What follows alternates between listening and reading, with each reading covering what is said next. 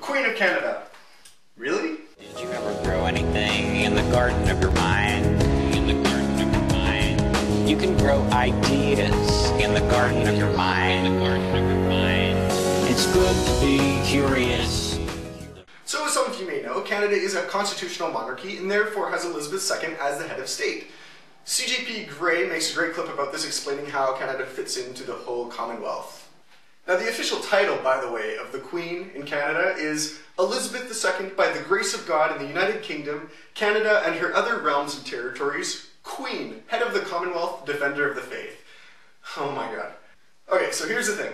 The Queen in Canada represents the head of state, while the Prime Minister represents the head of government. This is different, for example, than the US system, where the head of state and the head of government is the same person. It's the president. The whole point of having a head of state, like the Queen in Canada, is because it's supposed to represent national unity and national identity. It's supposed to. So then I thought to myself, well, that's kind of weird because I don't feel like the crown represents that to me, and so I asked some of my friends, well, what does it represent to you? And most of them are just like, nothing, no. So the reason I asked this of my friends is to see if the idea of the crown in Canada is doing what it's supposed to do. And for me, the answer is no. I have a strong sense of identity, Canadian identity, but this really has zero to do with the Queen and the Crown and the monarchy. Now, a problem I have with the whole concept of this is that for Aboriginal people and French people in Canada, the Crown represents a period of violent oppression and domination and colonialism. So French and Aboriginal groups are reminded of this brutal history every time they look at a $20 bill, or they go into a Royal Bank of Canada, or they see a Royal Canadian Mounted Police, or when they have to get royal assent in Canadian Parliament in order for a bill to be passed into law. It's all these reminders of this historic oppression and domination which happened. So keeping the monarchy in Canada is not doing anything in terms of helping us to move forward as society and help to move past those historic tensions. If anything, it's helping to keep those alive and present.